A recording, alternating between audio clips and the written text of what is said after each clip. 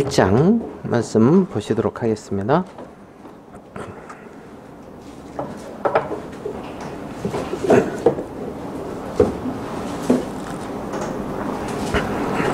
창세기 21장 1절입니다.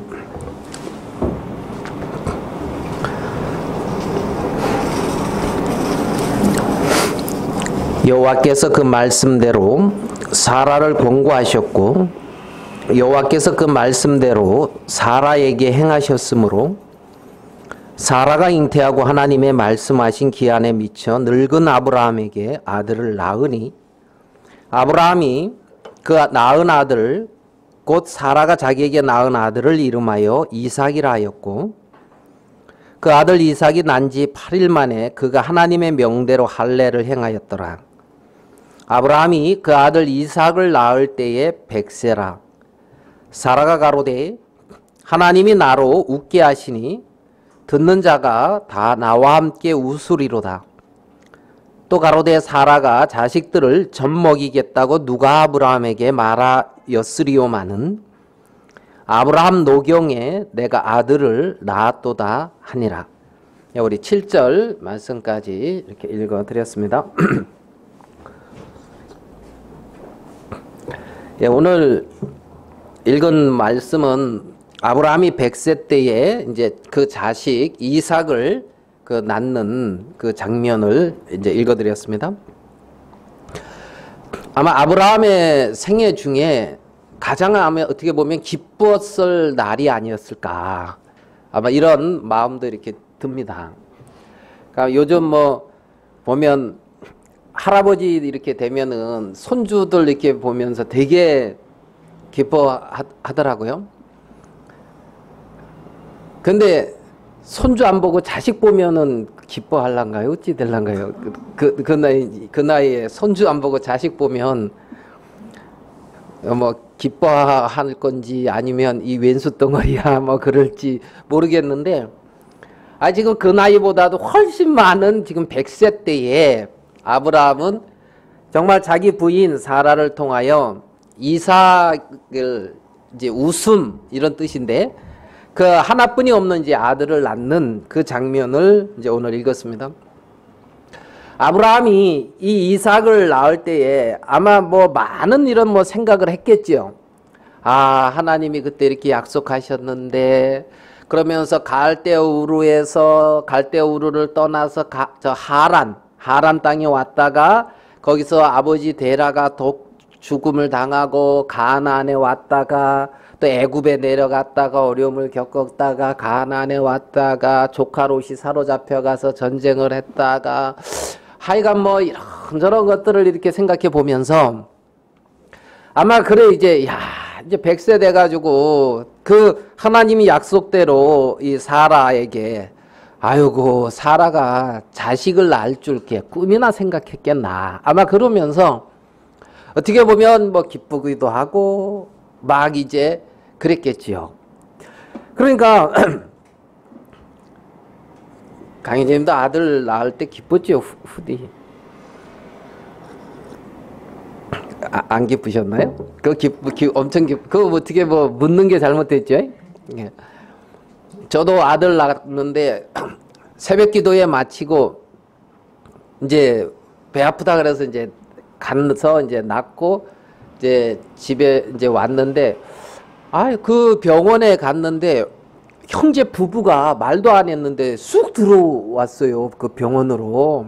그래서 어쩐 일이냐 그러니까 이렇게 이제 늘 쉽게 말하면 오른쪽으로 이렇게 돌아서 자기네 가게에 갔는데 그날따라 왼쪽으로 가고 싶어서 왼쪽으로 왔는데 왼쪽으로 돌아가다 보니까 이제 우리가 갔던 산부인과가 있었거든요.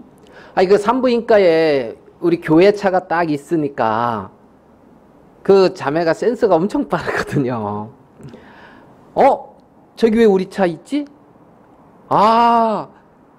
병원 가보자 하면서 이제 출근하다 말고 내려가지고 딱 들어왔는데 그 형제 말로는 그러더라고요. 입이 이렇게 내가 귀에 걸려가지고 막 이러면서 아들 낳았다 그러면서 걸려서 뭐 그랬다 하더라고요. 난 기억이 없는데 그래서 아들 낳았다 하면서 그랬다고. 그래 정말 그래 뭐 정신이 없었지. 그리고 아들 낳았다 하고 그리고 이제 뭐 이제 뭐 병원비고 막 이러고 이제 이런 염려나 그때 돈이 한 푼도 없었는데.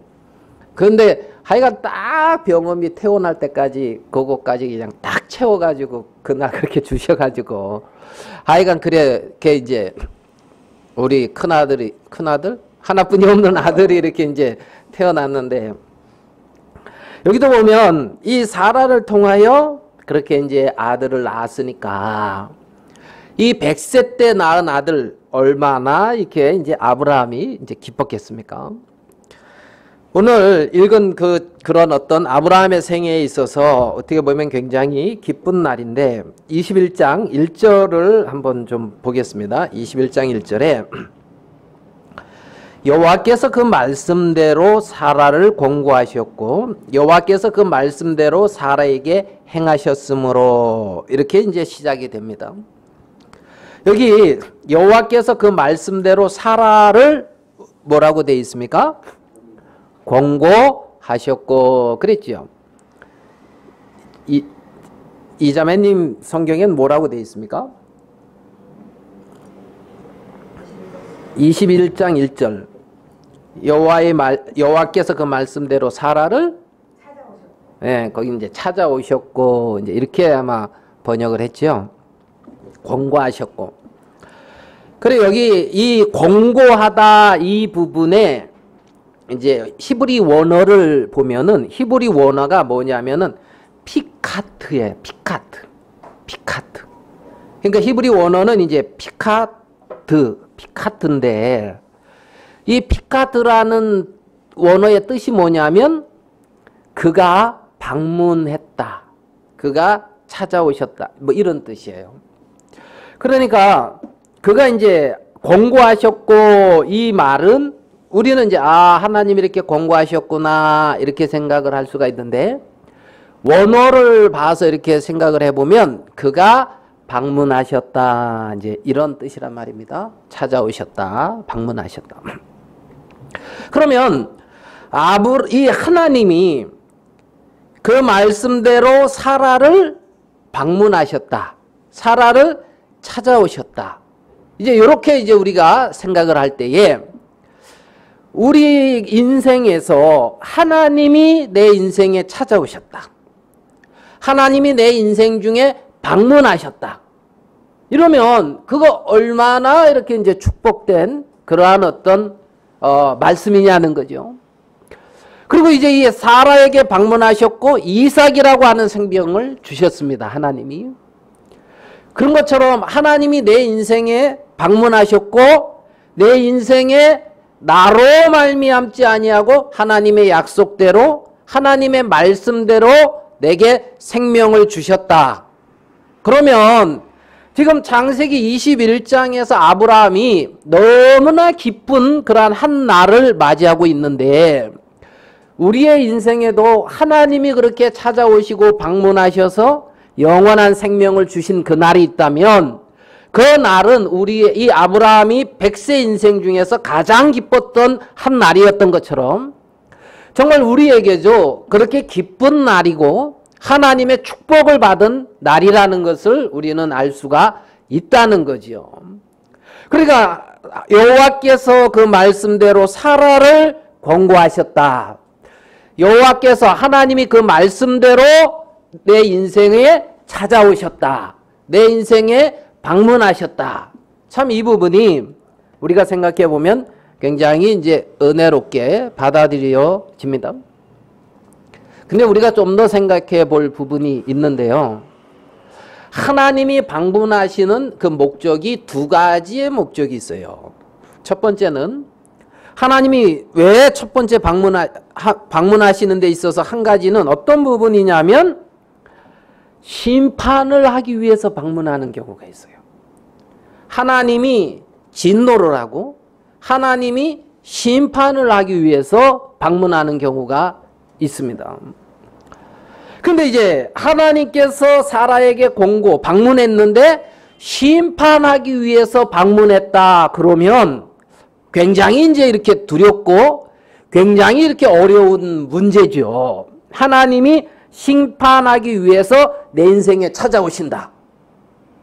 와, 내 인생을 살아가고 있는데 언젠가는 이제 하나님과 만나게 되어져 있는데 하나님께서 나를 심판하시기 위해서 나를 만나러 오신다. 하나님이 나에게 심판을 위해서 나에게 찾아오신다. 그러면 어떻게 보면 이것보다 더 굉장히 두려운 일은 없는 거예요. 없는 거예요. 그래서 이제 하나님이 방문하시는 한 가지 이유는 어떻게 심판하기 위해서 오시는 그런 부분이 있고 또 한 가지 부분은 은혜를 베풀기 위해서 찾아오시는 부분이 있다는 겁니다. 하나님께서 은혜를 베풀기 위해서 하나님이 복을 주시기 위해서 하나님께서 당신의 약속과 뜻 안에서 하나님의 약속을 지키고 하나님의 뜻을 이루기 위해서 하나님의 은혜를 베풀기 위해서 방문하는 이제 이러한 부분도 있단 말입니다. 그러면 내 인생에 하나님이 이제 방문하실 때에 나에게 은혜를 베풀고 나에게 축복하시고 하나님의 뜻을 이루고 하나님의 약속을 이루기 위해서 하나님이 내 인생에 수시로 방문해 주신다. 내 인생에 수시로 찾아와 주신다. 이러면 굉장히 이제 그 인생은 축복되다. 우리가 이렇게 생각할 수가 있죠. 그러니까 이제 내가 하나님과의 어떤 그러한 관계에서 하나님이 나를 어떻게 방문하느냐. 어떻게 방문하느냐. 참 이 부분이 그 인생을 복되게 하고 그 인생의 결국이 그 인생 불쌍하다. 이렇게도 이제 되어지는데 1년 전에 창세기 21장 그 1년 전에 하나님은 아브라함에게 또 찾아오셨었어요. 그때는 이제 창세기 17장인데요. 창세기 17장부터 21장까지는 이제 2년 사이에 일어난 일입니다. 17장부터 이제 21장. 20장은 이제 조금 생각해야 될 부분이고요. 여기 보면 창세기 17장 1절에 아브라함의 99세 때에, 그죠? 99세. 아까 21장은 100세죠. 그러니까 1년 사이죠. 아브라함에게 나타나서 그에게 이르되 나는 전능한 하나님이라. 이렇게 나타났어요. 그러니까 1년 전에 하나님은 아브라함에게 나는 전능한 하나님이다. 그러니까 하나님 자신이 어떠한 하나님이다고 구체적으로 자신을 알린 것은 아브라함이 이때가 처음이거든요. 전능한 하나님으로 아브라함에게 자신을 알려주고 있어요. 이제 그 히브리어는 엘사다이 그래가지고 전능한. 그러니까 하나님은 당신의 어떤 뜻을 이루실 수가 있고 아브라함을 통해서 당신의 약속을 얼마든지 이룰 수 있는 전능한 하나님이라고 하나님은 아브라함에게 나타나시고 구체적으로 아브라함에게 말씀하시고 있는 장면이 창세기 17장의 장면이거든요.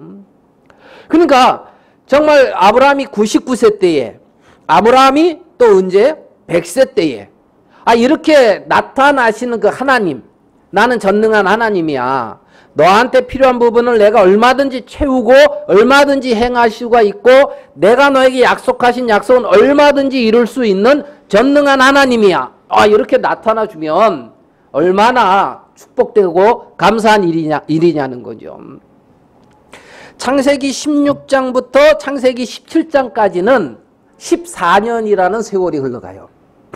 16장에서 17장. 근데 17장에서 21장은 딱 2년이란 말입니다. 그러니까 16장에서 17장까지는 14년 동안 어떻게 보면 잠잠한 거죠. 아브라함에게 하나님이 찾아오시지를 않았어요. 자, 전능한 하나님으로 나타나셔서 창세기 21장에 이렇게 행하시는 그 하나님, 우리에게 굉장히 소망스러운 하나님인 것을 아브라함에게 우리가 볼 수가 있어요. 우리의 인생이 하나님과 어떻게 이렇게 연결되어져 있느냐. 우리의 인생이 하나님과 어떻게 관계를 맺고 있느냐. 이것이 사실은 굉장히 중요한 거죠. 굉장히 중요한 거예요. 그러니까 그 인생의 어떤 축복이나 그 인생이 잘 살았다 못 살았다 어떤 이런 부분들, 그거는 하나님과 어떠한 관계 속에 머무르고 있고 하나님과 어떠한 관계를 유지하고 사느냐에 따라서 결정된다고 봐도 과언이 아니에요. 아멘 됩니까? 예? 하나님과의 어떤 그런 관계. 사실 왜 하나님과의 관계가 굉장히 소중한데, 여러분 마태복음 신약은 어떻게 이제 마태복음으로 시작되잖아요. 마태복음 1장 1절이 어떻게 시작되는지 좀 기억나십니까? 예? 제일 먼저 나오는 사람 이름이 오늘 지금 대하고 있는 이 아브라함. 그래서 마태복음 1장 1절은 이렇게 시작돼요. 아브라함과 다윗의 자손 예수 그리스도의 세계라. 마태복음 1장 1절 이렇게 신약 처음이 그렇게 시작되거든. 아브라함과 다윗의 자손 예수 그리스도의 세계라.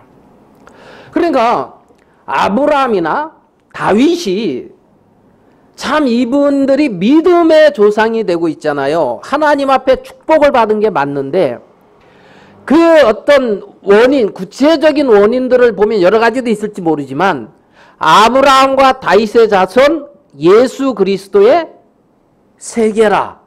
지금 예수 그리스도의 어떤 족보, 예수 그리스도의 어떤 생명과 연결되고 있단 말입니다.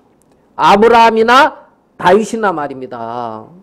그러니까 그 인생이 하나님과 우리 주 예수 그리스도의 생명과 연결된 어떤 그 세계 속에 있는 자, 그 족보, 그 생명, 그 속에 있는 자. 사실 사람들은 자기의 모습을 잘 모르죠. 자기의 모습. 내 목소리도 잘 모를 거예요. 여러분 목소리 이렇게 녹음해가지고 혹시 들어보셨습니까? 그러면 어때요? 영 딴 사람. 낯설지요? 낯설죠? 제가 고창에 있을 때 전주에서 한번 이제 집회를 이제 해서 말씀을 전한 적이 있는데, 그때 처음으로 저는 이제 말씀을 녹화했다 그럴까요? 말씀을 이렇게 이제 비디오로 이제 찍은 것을 처음 봤어요. 그러니까 제가 말씀 전하는 것을 이제 그 TV, 그 모니터로 처음 봤단 말이에요. 어땠을까요? 영 마음에 안 들어요. 영 마음에 안 들고, 뭐 지금도 그러는지 모르겠지만 하여간 안 들어요. 마음에 굉장히 안 들더라고요. 내가 저렇게 말씀 전하는구나. 이제 이렇게 생각이 되고 마음에 이제 흡족지가 않았지요. 왜? 주위에 말씀 잘 전하시는 분들만 봐서 그런가 봐요. 사람들이 자기 자신을 잘 모른단 말이에요. 잘 모른단 말이에요. 우리 한번 다윗을 한번 생각해 보십시다. 다윗이 한 17살 이때쯤 기름 부음을 받았어요. 하나님 보시기에는 다윗이 이스라엘의 왕입니다. 근데 초대왕 사울이 아직 죽기 전이고, 사울을 계속 죽이려고 하다 보니까 도망을 가서 블레셋 시글락이라고 하는 곳에 이제 망명 생활을 하죠. 그리고 이제 마지막 사울과 블레셋 군대의 어떤 그런 전투가 딱 이렇게 이제 이루어지게 돼요. 그래서 이제 다윗은 이제 그 블레셋 편에 가서, 왜? 블레셋에서 망명 생활을 오래 하고 있었기 때문에 블레셋 군대로 가서 전쟁을 참여하려고 하니까 블레셋에 있는 그 방백들이 저 다윗 아니냐, 저 히브리인인데 옛날에 우리 장군 골리앗 죽인 놈인데 이런 거지요. 아무리 망명해서 와 있다 해도 막상 전쟁을 하게 되면 저 분명히 사울 편에 서서 우리를 공격할 것이다. 안 된다. 전쟁에 같이 참여하면 안 된다. 그래서 그 블레셋의 아기스 왕은 다윗을 이렇게 같이 가고 싶었는데 다른 방백들이 다 반대해가지고 이제 어쩔 수 없다고 이제 돌아가라 그러고 이렇게 블레셋 전쟁하러 가거든요. 그때 다윗이 이제 시글락으로 딱 돌아왔는데 시글락이 어땠습니까? 다 불타버렸어요. 다 불타버렸어요. 와, 불타면 어때요? 아이고, 저기 뭐야, 송파에 어디 건물 10층이 불났다 하더라고요. 10층. 여러분 뭐 아십니까? 10층이 산부인과였는데 싹 불났고 그 밑에 한의원이었는데 한의원에 제가 뭐 좀 가본 적이 있어가지고 연락이 와서 거기 다시 가봤더니만 아이고 그 10층 다 불났가지고 그랬는데 그 소방서에서 물 뿌려가지고 물이 내려와서 이런 피해 입었다 하면서 이제 얘기를 이제 하는 것을 들었는데 좀 10층에 그 분 좀 걱정되더라고요. 산부인과 그 넓은데. 그래서 다 탔다 하더라고. 다. 여러분 싹 불타면은 여러분 어떻게 했어요?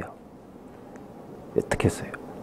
그리고 보니까 싹 불탔을 뿐만 아니라 아내, 자식 다 포로로 잡아간 거예요. 아말렉이라고 하는 거기가 와가지고. 그러니까 이제 다윗과 같이 다녔던 사람이 600명이었는데 600명이 이제 한계에 도달했어요. 어디에 도달했다고요? 그래가지고 다윗을 내 다윗과 같이 다니다 보니까 뭐 이게 뭐 얻어진 거 없다면서 다윗을 막 돌로 쳐서 죽이려고 했거든요. 굉장히 이제 어려움에 처했죠. 그러니까 이제 다윗이 하나님 앞에 기도하니까 하나님이 쫓아가라. 정령도로 찾으리라. 그래서 하나님으로 힘을 얻고 하나님으로 힘을 얻으니까 그 힘에 이끌려서 한 600명이 이제 같이 전쟁을 하러 가요. 또 찾아야 되잖아요. 그죠? 아내, 자식 찾아야 돼요? 안 찾아야 돼요? 크게 말씀하셔야죠.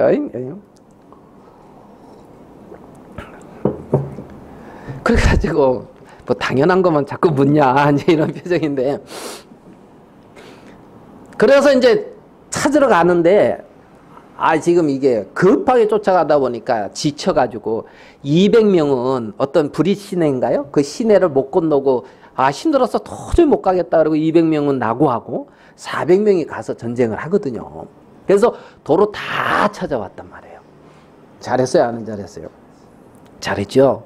다 찾아가지고 이제 의기양양해서 딱 와보니까 200명은 이제 진에 돌아와서 이제 쉬고 있는데 그 200명은 아내하고 자식 보기 좀 민망했을지 모르겠어요. 민망했을지. 아니 당신은 내가 지금 이렇게 힘들다고 시내가에서 쉬고 있었다. 말이 돼? 하고 그러면 할 말이 없을 거예요. 목숨 걸고 쫓아와야지. 이제 이러면서 사랑한다며 이러면서 있잖아요. 그래가지고 딱 왔는데 이제 그 전쟁 400명이 이러는 거예요. 저 200명한테는 뭐 재산 이런 건 주지 말고 아내하고 자식만 돌려주고 우리가 가서 전쟁에서 얻은 그 노획물 있잖아요. 그것은 이제 얄밉다고 주지 말자 그런 거예요. 그러니까 다윗이 무슨 소리냐고.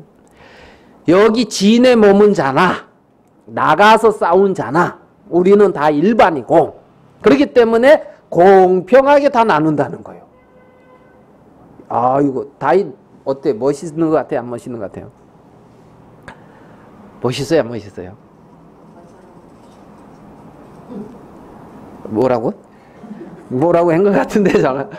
그러니까 이제 못 쫓아간 사람들은 이제 좋다 그러고 이제 같이 간 사람들은 뭐 이제 자기 오름이 강한 사람은 뭐 입 좀 나왔겠죠. 뭐야 나 죽을 듯 살등 싸웠는데 아무것도 안 한 저하고 똑같이 나누라고? 아마 이건 자기 의가 강한 사람들일 거고 주님의 마음이 이렇게 충만해져서 그래 하나님이 우리에게 허락한 것을 내가 이렇게 하고 한다는 건 참 악한 거지 하면서 이제 자기 이제 그렇게 하나님과 연결됐고 아마 이제 막 그러겠죠. 각자 생각해 보세요. 이제 막 이제 그럴 거예요. 그때 누가 다윗한테 이렇게 말했다 합시다. 좀 불평 나온 이 사람이 다윗 왕이시여 그렇게 잘난 척하지 마이소 이러면서 있잖아요. 당신은 말이야 뭐 이렇게 갖닥하면서 그러더만 그런데 당신은 부하 장군의 아내 취하고 부하 장군을 아주 교묘하게 해서 이렇게 죽이는 그러한 야비한 사람 아니요? 하고 이제 누가 다윗한테 그렇게 얘기했다고 쳐봅시다. 다윗이 그 말을 받아들일까요? 안 받아들일까요?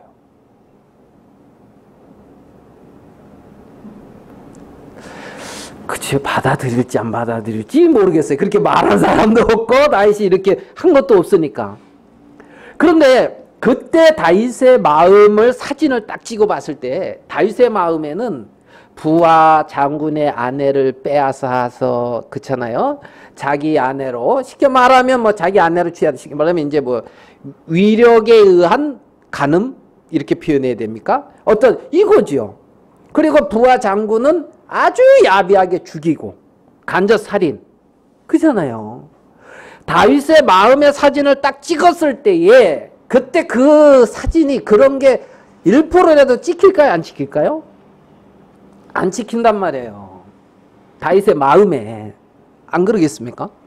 그러니까 다윗은 자기가 이런 야비한 놈이고 이러한 야비한 인간이라는 것을 아마 그때는 1%도 생각 안 할 수도 있을 거예요. 안 할 수도 있을 거예요. 사람들은 자기가 경험하고 자기가 이렇게 감각적으로 대했던 감각적으로 느껴지고 대했던 이 세계만을 의식하고 산단 말이에요. 무슨 말씀인지 이해되십니까?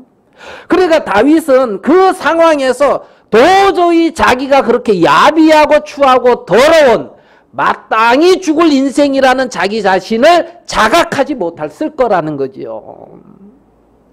그렇지만 하나님은 아신단 말이에요. 인간은 거짓되다. 인간은 악하다. 그거를 알고 있단 말이에요. 그러니까 이제 이 다윗이 귀하고 다윗이 복 가운데 있고 다윗이 하나님의 축복 가운데 있으려면 다윗이 이렇게 하나님 앞에 믿음으로 선한 삶을 많이 사는 이것이 중요하지만 이것도 중요하지만 예수 그리스도의 생명과 연결되어 있는 것이 더욱 중요하단 말입니다. 그리스도의 생명과 말입니다. 예? 정말 내가 크게 잘못한 거 없고 내가 정말 이렇게 악한 거 없는데 누가 나보고 나쁜 놈 그러면 그걸 잘 받아들이겠습니까? 그죠? 어떻게 했어요? 막 그걸 뭐 저런 말로 뭐 뚜껑이 열린다 막 이렇게 표현도 하잖아요. 막 이렇게 애매하게 막 이러면은 사람들은 자신의 어떤 그런 모습, 자기의 어떤 이런 부분들을 사실은 정확히 알지를 못한다는 거죠. 한 가지 예만 더 들어봅시다. 요 앞부분에 우리 그 16장에 그 아브라함하고 사라하고 하갈하고의 어떤 그 관계. 이 하갈이 누구의 종이었냐면 사라의 몸종이었단 말이에요. 애굽의 사라의 몸종이었어요.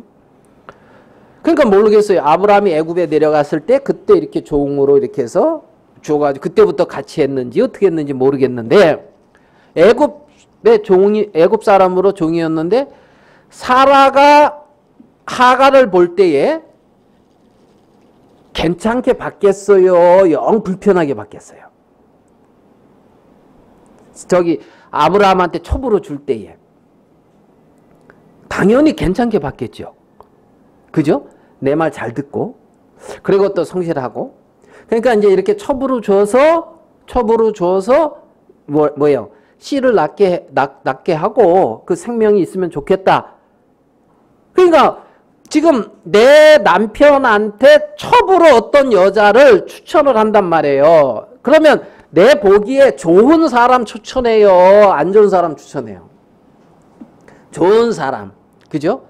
안 해봐서 모르겠다는 표정들인데 그냥 이제 생각을 해보자고요. 그죠? 그리고 그냥 내 말 잘 들을 사람. 그런데 어때요?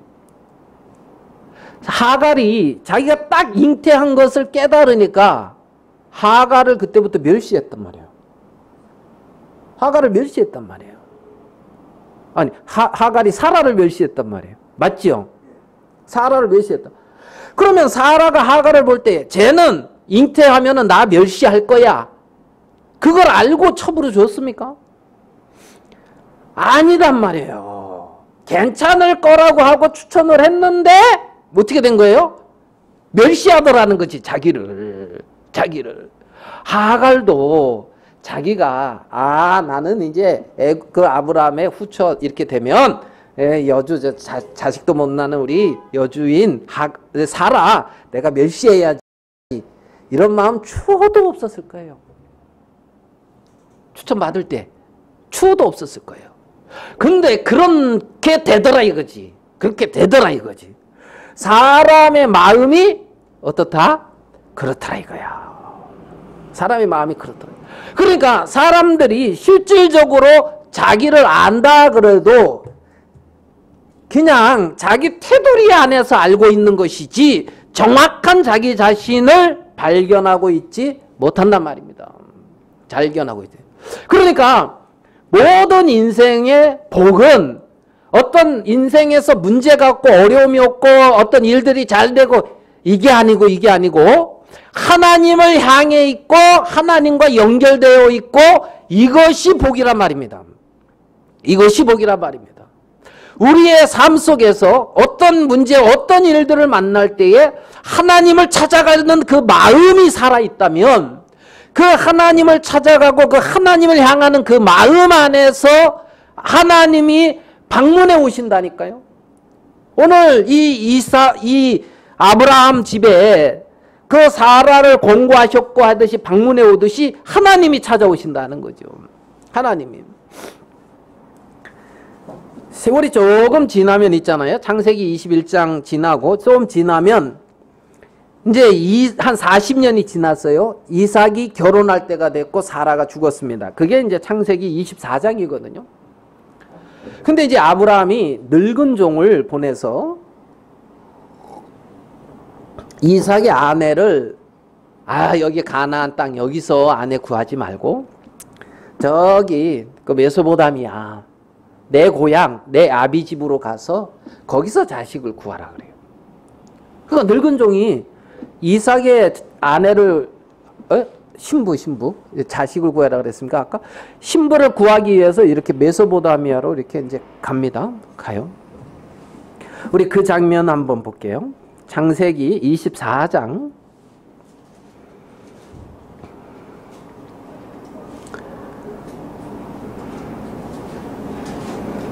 창세기 24장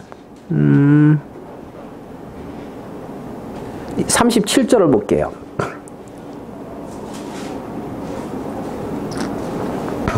창세기 24장 37절 나의 주인이 나로 맹세하게 하여 가로되 너는 내 아들을 위하여 나 사는 땅 가나안 족속의 딸 중에서 아내를 택하지 말고 38절 내 아비 집 내 족속에게로 가서 내 아들을 위하여 아내를 택하라. 자, 분명하게 어디로 가라 그랬습니까? 내 아비 집 내 족속에게로 가서 내 아들을 위하여 어떻게 해요? 아내를 택하라. 분명히 어디로 가라고 정확히 늙은 종에게 말해줬죠. 내 아비 집. 내 아비 집. 그죠? 내 족속. 내 족속. 그래 이제 자 여기 한번 봅시다. 여기 24장 조금 10절을 봐봐요. 24장 10절 이에 종이 그 주인의 약대 중 10피를 취하고 떠났는데 곧 주인의 모든 좋은 것을 가지고 떠나 그 다음에 뭐라고 되어 있습니까? 메소포타미아로 가서 어떻게 되어 있어요? 나홀의 성에 이르니 그랬죠. 메소포타미아로 가서 나홀의 성에 이르렀다 그랬죠. 이 나홀은 누굽니까? 나홀. 예? 나홀이 누구예요? 나홀? 나홀로 집에 뭐 늘 크리스마스나 이럴 때 나홀로 집에 나오는 그 나홀입니까? 자, 우리 한번 그거 하기 위해서 좀 창세기 11장 27절로 가봅시다. 창세기 11장 27절.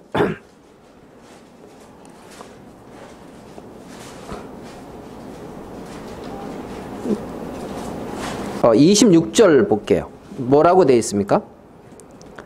데라는 70세에 아브라함과 나홀과 하란을 낳았더라. 데라의 후예는 이러하니라. 데라는 누구를 낳았어요? 아브라함, 나홀, 하란. 나홀, 하란. 그 하란은 누굴 낳았어요? 롯. 그렇죠? 그러니까 하란은 롯을 낳았는데 28절에 하란은 그 아비 데라보다 먼저 갈대우르에서 죽었다는 거예요. 그러니까 아버지가 죽고 삼촌인 아브라함이 조카 롯을 거둔 거죠. 쉽게 말하면. 맞죠? 그러면 형제가 몇 명 남았어요? 이제 아브라함하고 누구? 나홀. 맞죠? 나홀. 그러면 아브라함하고 나홀 남았어요. 나홀. 그런데 지금 이 나홀, 이 오늘 읽은 24장 10절에 아까 읽은 메소포타미아로 가서 어느 성에 이르렀다고요? 나홀의 성. 알겠습니까? 아브라함의 형인지 동생인지 잘은 모르겠는데, 예? 그 나홀, 아브라함의 형제 집에 이르렀단 말이에요. 형제 집에. 나홀의 성. 여기가 어디냐? 여기 나홀의 성이다. 그럼 여기에 누가 살고 있어요? 나홀. 나홀의 딸 이제 뭐 부두엘이 낳은 이제 리브가의 오빠 라반 이리 되거든요. 라반 이제 뭐 이렇게 족보가 그리 된단 말이에요. 그래서 예, 너무 복잡하니까 너무 가지 말고 여기까지. 그러니까 아브라함의 형제가 살고 있는 동네에 이르는 거예요. 무슨 말씀인지 이해되죠? 자, 우리가 내가 늙은 종이라고 생각해 봅시다. 늙은 종. 늙은 종인데 지금 메소포타미아에 지금 아브라함의 형제가 살고 있는 그 성에 딱 들어갔어요. 지금 나는 누구 찾으러 갔지요? 이삭의 아내를 찾으러 갔어요. 근데 거기 딱 갔어. 여기 이제 아브라함의 형제 나홀이 살고 있다는 거야. 그러면 그 성에 들어가서 늙은 종으로 내가 갔다면 나는 무엇을 할까 생각해 보니까 나홀이 어디 살고 있느냐 그거 물을 것 같아요. 무슨 말씀인지 되십니까? 나홀이 어디 살고 있고 그 후손들은 어디에 있고 그 후손 만나려면 어떻게 해야 되냐고. 예? 내가 그 아브라함의 늙은 종인데 그냥 빈손으로 온 것도 아니에요. 지금 재물 잔뜩 싣고 왔어요. 그것도 그냥 주려고. 알겠어요? 그래가지고 충분히 좀 제 말 이해되십니까? 저 같으면은 그렇게 했을 것 같은 거야. 저 같으면은. 여러분은 어떻게 했을 것 같습니까? 예? 정영재님 씨 웃으시는데 정영재님 같으면 어떻게? 예? 똑같아요. 저랑 좀 그 IQ 그 수준이 비슷한 것 같아요. 저랑 똑같은 어떤 수준이. 근데 이 늙은 종은 그렇게 안 하더라고. 이 늙은 종이 하는 걸 봐봐요. 자, 24장 11절. 메소포타미아로 가서 나홀의 성에 이르러 11절 그 약대를 성 밖 운물 곁에 꿀렸으니 저녁때라 여인들이 물을 길러 나올 때이었더라. 12절 그가 가로되 우리 주인 아브라함의 하나님 여호와여 원컨대 오늘날 나로 순적히 만나게 하사 나의 주인 아브라함에게 은혜를 베푸시옵소서. 여러분 제가 지금 이 늙은 종이 누구를 찾고 있어요? 누구를 찾고 있죠? 나의 주인 아브라함의 하나님이요 나의 주인 아브라함에게 은혜를 베푸시옵소서.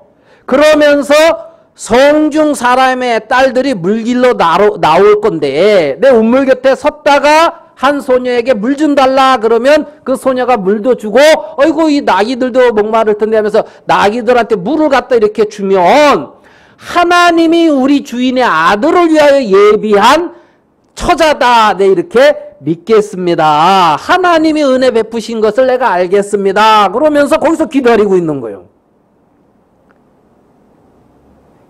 정인재님, 우리가 하는 거랑 좀 다르죠? 우리가 하는 거랑 좀 다르죠? 다르다고요. 다르다고. 그러니까 여기서는 어떤 이 진짜 중요한 일, 어떤 큰 이 문제인데 그 일을 이루는데 우리는 어떻게든지 이런저런 방법으로 일을 이루어 갈 건데 늙은 종의 마음은 아브라함의 하나님이요, 하나님 우리에게 은혜를 베푸시옵소서 하는 여기에 마음이 머물고 있지 않느냐는 거죠. 그러니까 마음이 하나님과 이렇게 연결되어 있다는 거예요. 하나님과.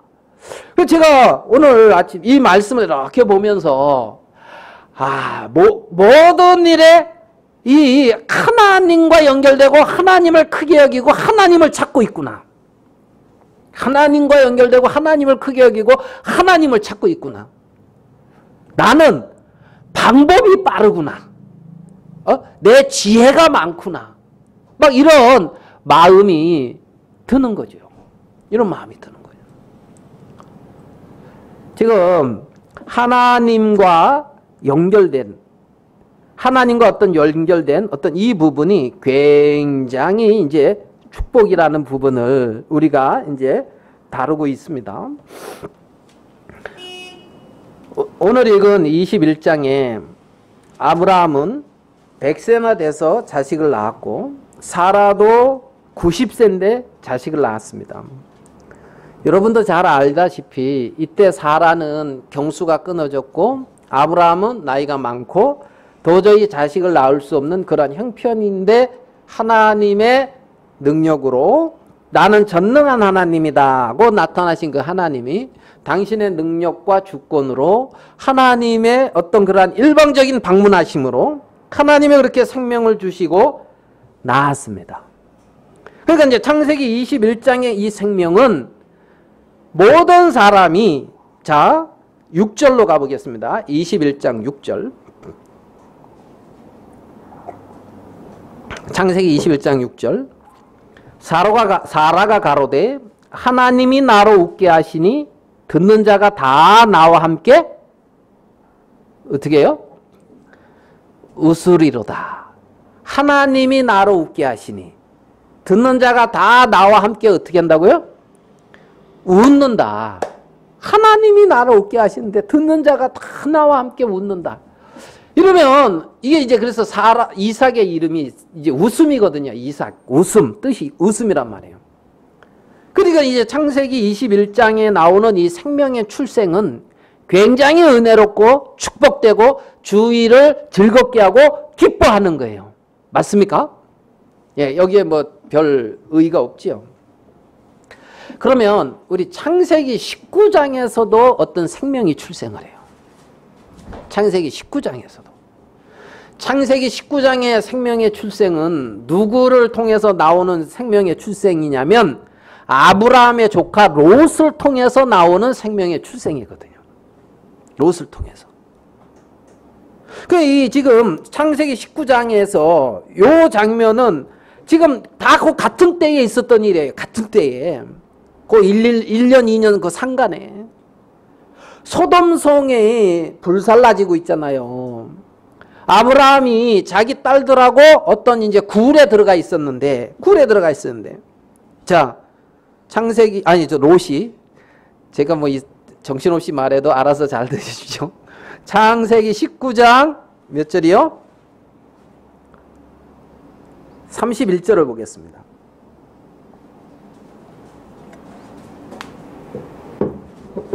창세기 19장 31절. 큰 딸이 작은 딸에게 이르되, 이건 지금 롯의 두 딸입니다. 그러니까 이 19장 31절에 큰 딸이 작은 딸에게 이르되 우리 아버지는 어떻게 해요? 늙으셨고 이 땅에는, 그 다음 봅시다. 세상의 도리를 쫓아 우리의 배필될 사람이 없다는 거예요. 그러니까 이 두 딸들이 결혼할 때가 됐긴 됐는데 누가 없다? 배필이 없다. 배필이 없다. 뭐라고 되어 있습니까? 세상의 도리를 쫓아. 세상의 도리를 쫓아 우리의 배필될 사람이 없으니, 그러니까 이 지금 롯의 두 딸들은 세상의 도리만 그 마음에 살아있지 하나님과 연결되고 하나님을 찾는 마음이 없단 말입니다. 그죠? 아까 창세기 24장에서 보면 그 늙은 종은 거기서 어떤 세상의 방법이나 지혜를 찾아가지 아니하고 아브라함의, 나의 주인 아브라함의 하나님을 긍휼히 여기소서, 아브라함의 하나님이요 정말 아브라함을 긍휼히 여기고 복을 주십시오 하면서 이 아브라함의 하나님과 연결되더란 말이죠. 하나님과 연결되더라는 거죠. 그런데 이 롯의 두 딸은 세상의 도리만 그 마음에 남아있지 하나님의 세계가 없다는 겁니다. 하나님의 세계가 없다는 거예요. 세상의 도리만 있고. 그래서 이들이 어떻게 했냐면 아버지 술 먹여가지고 술 취해서 이 큰 딸이 아버지하고 자고 그 다음날은 작은 딸이 아버지하고 자고 그래가지고 아버지의 씨를 받아서 자식을 이 두 딸이 낳았단 말이에요. 생명을 낳기는 아이. 그래서 낳은 게 모압하고 큰 딸이 낳은 아들은 모압, 둘째 딸이 낳은 아들은 베남미 해가지고 암몬, 모압과 암몬 족속의 조상이 됐단 말이죠. 여러분 19장에서 태어난 두 생명과 21장에서 태어난 생명과 너무 다르지 않습니까? 같은 생명의 출생인데 어떤 생명은 하나님이 나로 웃게 하시니 듣는 자가 다 웃을 것이다 하면서 축복된 생명의 탄생이 있고, 어떤 생명은 아유 어째서 그런 일이 뭐 이렇게 전혀 축복되어지지 아니하고 어떻게 보면 부끄러운 출생이 있다는 거죠.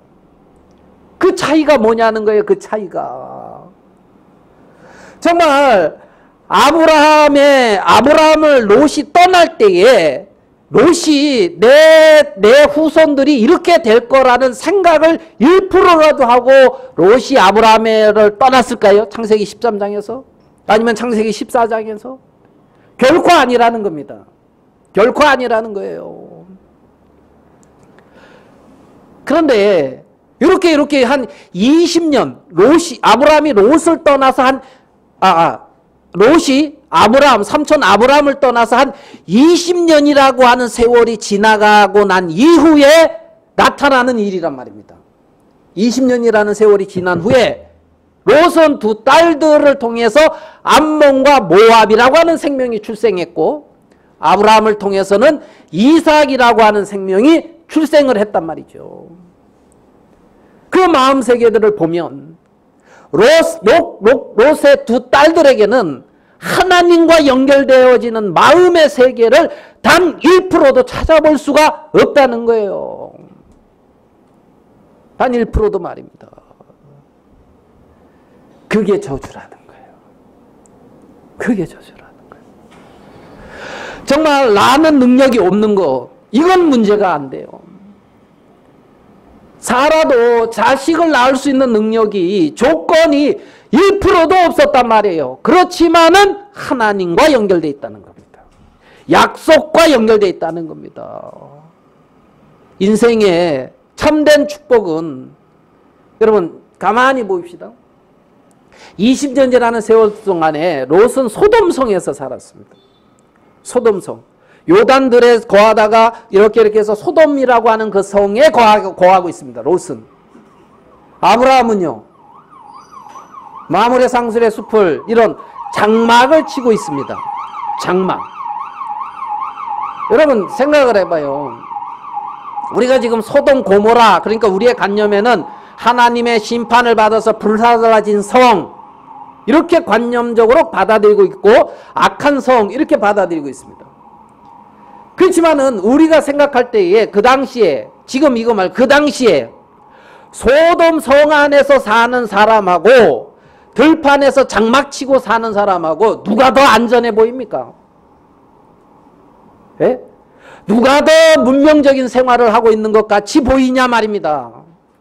예? 그 소돔이라고 하는 그 성 안에서 나름대로 자기의 어떤 집과 자기의 어떤 터전을 마련하고 거기에서 살고 있는 롯과 정말 이 장막치고 정말 지금 여기로 저기로 장막 옮겨가면서 그렇게 살고 있는 아브라함하고 누가 안전하고 누가 잘 살고 있는 것처럼 보이냐는 거예요. 누가? 소돔성이 우리 관념을 깨트리고 말입니다. 그 당시에 나름대로 발달된 성이라는 거예요. 예? 나름대로. 사람들의 마음이 하나님과 지금 어떻게 연결되어 있고 관계되고 있느냐, 여기에 초점이 있는 것이 아니라 그렇게 소돔성이면 어떠냐? 안전하면 되지. 여러분, 안전한데 하나님이 방문합니다. 어떻게 해요? 심판하려고 방문했어요. 소돔성을 찾아온 하나님은 심판의 하나님이었습니다. 사라에게 방문한 하나님은 은혜와 긍휼의 하나님이었습니다. 약속을 신실히 지키시는 인자하신 하나님이었다는 겁니다. 인자하신 하나님. 예? 마음이 정말 아브라함이 장막에 거하면서 외형적으로 볼 때는 완전 정말 불안해 보이고 어디 이렇게 저 보호해주는 보호막이 없는 것처럼 보일지 모르지만 아브라함에게는 약속이 있고 있잖아요. 아브라함에게는 하나님의 뜻이 있고요. 하나님이 함께하고 있는 것이 아브라함이었단 말이에요. 아브라함. 과연 무엇을 바라봐야 되느냐? 어디에다가 초점을 두어야 되느냐? 우리 히브리서 11장을 한번 보겠습니다. 히브리서 11장 9절입니다.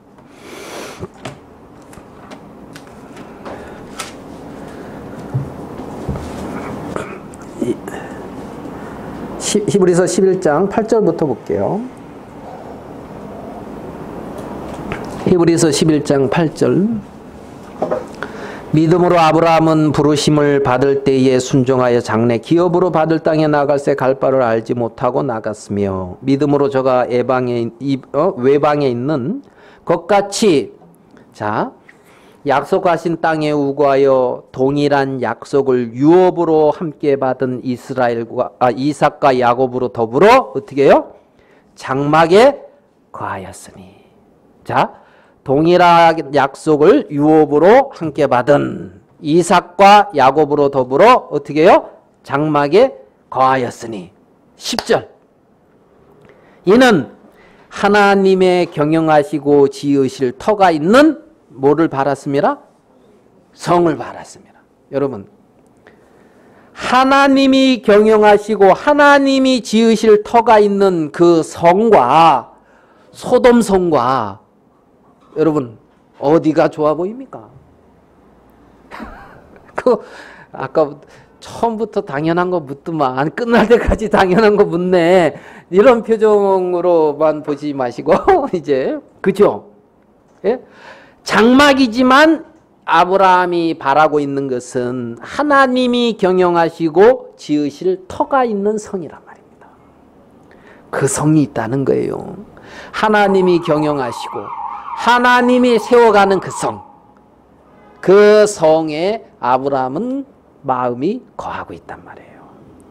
그 마음에 하나님이 뭐라 그럴까요? 경영하시고 하나님이 지으시는 그 성이 마음에 없는 사람은 소돔성이 좋아 보이는 거예요.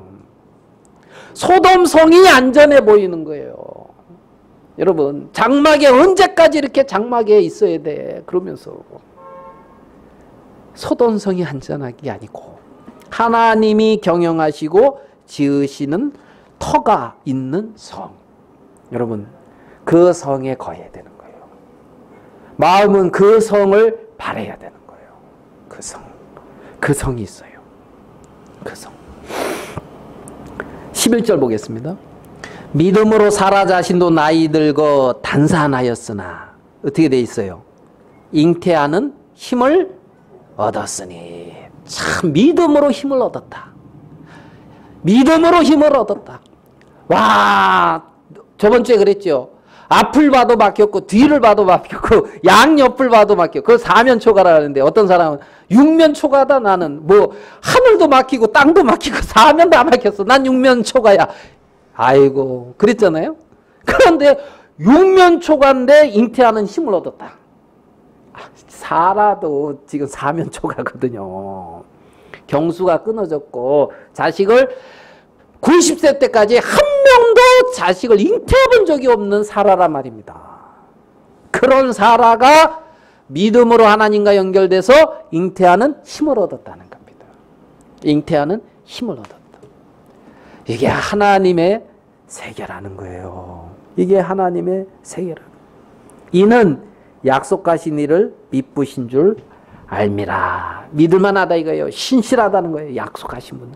그 약속하신 분이 공고하셨다는 거예요. 찾아오셨다는 거예요. 예? 찾아오셨다. 피가드. 예? 히브리어 그러니까 피가드 찾아오셨다. 방문했다. 어떻게 해요? 당신의 약속을 신실히 이루시기 위하여. 자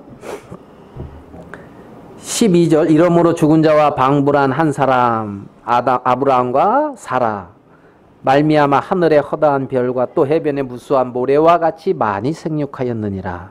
13절 이 사람들은 다 믿음을 따라 죽었으며 약속을 받지 못하였으되 그것을 멀리서 보고 환영하며 땅에서 외국인과 나그네라 증가하였으니 이같이 말하는 자들은 본향을 찾는 것을 나타냅니다. 저희가 나온 바 본향을 생각하였다면 돌아갈 기회가 있으려니와 저희가 이제는 더 나은 본향을 사모하나니. 어디를 사모한다고요? 더 나은 본향. 여러분 더 나은 본향을 사모하는 거다. 곧 하늘에 있는 것이라. 그러므로 하나님이 저희 하나님이라 일컬으심 받으심을 부끄러워 아니하시고 저희를 위하여 어떻게 해요? 한 성을 예비하셨느니라. 하나님이 경영하시고 하나님이 지으시는 한 성, 그 성을 예비했다는 거예요. 그 성을 예비했다는 거예요. 아브라함이 장막에 거하는 것 같고 외국인이다 나그네라는 증거를 받은 것 같지만 그 아브라함에게 하나님이 찾아오시고 사라를 하나님이 방문하셔서 하나님이 행하셨다는 겁니다. 그것이 축복이라는 거지요. 저희를 위하여 한 성을 예비하셨느니라. 여러분 소돔과 고모라가 결코 소망스러운 곳이 아닙니다. 소돔과 고모라에서 이 롯은 날마다 마음이 상했다 그랬거든요. 베드로서에 보면은 예? 불법한 행실을 보고 들음으로 뭘 보고 들음으로? 불법한 행실을 보고 들음으로. 여러분 정말 그 의로운 심령을 가진 사람이 불법한 행실을 보고 듣고 그것만을 마음에 받아들이고 있다면 얼마나 불행합니까? 정말 보이지 아니하는 저 하늘에 있는 더 나은 보장, 하나님이 경영하시고 지으시는 그 터, 이것을 바라보고 거기에 소망이 있다면 그에게 정말 창세기 24장에 가서 그 늙은 종은 그렇게 정말 인간의 방법과 생각을 떠짜서 여기 나홀의 집이 어디요? 그 나홀의 자식들은 어디 살고 있어? 그러면서 그렇게 찾아가서 자기가 이렇게 한 것이 아니라 하나님을 향해서 그 마음을 들고 있듯이 정말 우리의 삶이 우리들을 이렇게 복 주시고 은혜 베푸시길 원하는 그러한 하나님을 향해서 우리의 마음이 머문다면 그들이 이 땅에 있으면서 외국인 같고 나그네 같을지 모르지만 정말 복된 사람들이라는 겁니다. 우리 한 구절만 한 구절만 찾아보고 마치겠습니다. 스가랴서 8장 15절입니다. 그 구약 성경 말라기 맨 밑이 말라기잖아요. 그 앞이 스가랴입니다. 구약 성경 끝에서 두 번째 8장 15절입니다. 스가랴 8장 15절. 제가 한번 읽겠습니다. 이제 내가 예루살렘과 유다 족속에게 은혜 베풀기로 뜻하였나니 너희는 두려워 말지니라. 아멘. 스가랴서 8장 15절에는 그렇게 말씀하고 있어요. 물론 이건 이제 이스라엘 백성 포로로 갔다가 사로잡혀 갔다가 돌아오는 이스라엘 백성들을 향해서 하는 말씀이기도 합니다. 하지만 15절에 이게 하나님의 여기서 하나님의 마음을 우리는 볼 수가 있어요. 8장 15절 이제 내가 예루살렘과 유다 족속에게 은혜 베풀기로 뜻하였나니 너희는 두려워 말지니라. 하나님은 나에게 은혜로 대한다 말입니다. 하나님.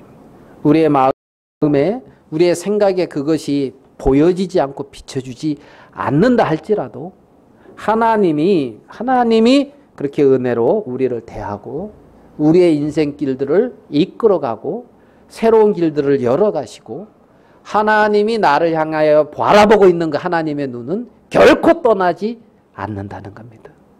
그런 하나님의 세계 안에 우리가 들어와 있다는 거죠. 하나님께서 사라를 권고하셨다. 사라를 방문했다. 내 인생을 하나님이 찾아오셨습니다. 그리고 그 이후로는 이제 은혜 베풀기로 하나님은 마음에 정하고 있습니다. 그래서 여러 많은 이런저런 문제와 일들이 있다 할지라도 나에게 은혜 베풀기를 원하고 복 주시기를 원하시는 그 하나님과 늘 마음이 연결돼서 그 하나님으로 하늘에 속한 그런 귀한 은혜들과 축복을 잊고 힘을 잊고 이 땅을 살면서 하나님께 영광을 돌리는 우리들이 되기를 바라겠습니다. 기도하겠습니다. 하나님 아버지, 아브라함의 100년의 인생 속에서 아브라함이 가장 기쁜 날이었다고 할 수 있는 이삭이 태어나는 그러한 장면을 우리가 대했습니다. 하나님께서 찾아오셨고 방문하셨으며 전능한 하나님이 행하셨습니다. 우리 인생에도 전능한 하나님이 우리에게 찾아오셔서 우리 힘간의 힘으로 얻을 수 없는 영원한 생명을 우리에게 허락해 주시고 예수 그리스도 안에서 하나님 아버지 우리의 남은 삶을 당신의 은혜 가운데 살 수 있는 복을 주신 걸 감사합니다. 우리에게 일어나고 있는 이런저런 많은 일들, 문제들, 어려움들 그 모든 것들을 우리 혼자 당하는 것이 아닌 걸 인하여 감사합니다. 은혜 베풀길로 뜻하였다고 하는 주님께서 우리의 삶 속에 늘 나타나시고 이런저런 어려움과 문제 속에 있을 때 우리의 마음에 새로운 힘을 주시고 하나님 아버지 이 땅에 속하지 아니한 정말 영원한 세계 안에 영생 안에 영원 안에 있는 우리의 자신들의 참된 모습들을 밝히 비추시고 나타내 보이면서 하나님 아버지 당신이 우리의 삶을 통하여 영광을 거두시게 되기를 바랍니다. 하나님 추석 명절을 주의 은혜 가운데 보내게 되기를 바랍니다. 우리가 만나는 모든 자들 위에 하나님의 은혜와 복이 같이 임할 수 있도록 긍휼을 베풀어 주시옵소서. 오늘 이 시간 주신 것을 감사합니다. 예수님의 이름으로 기도하였습니다. 아멘.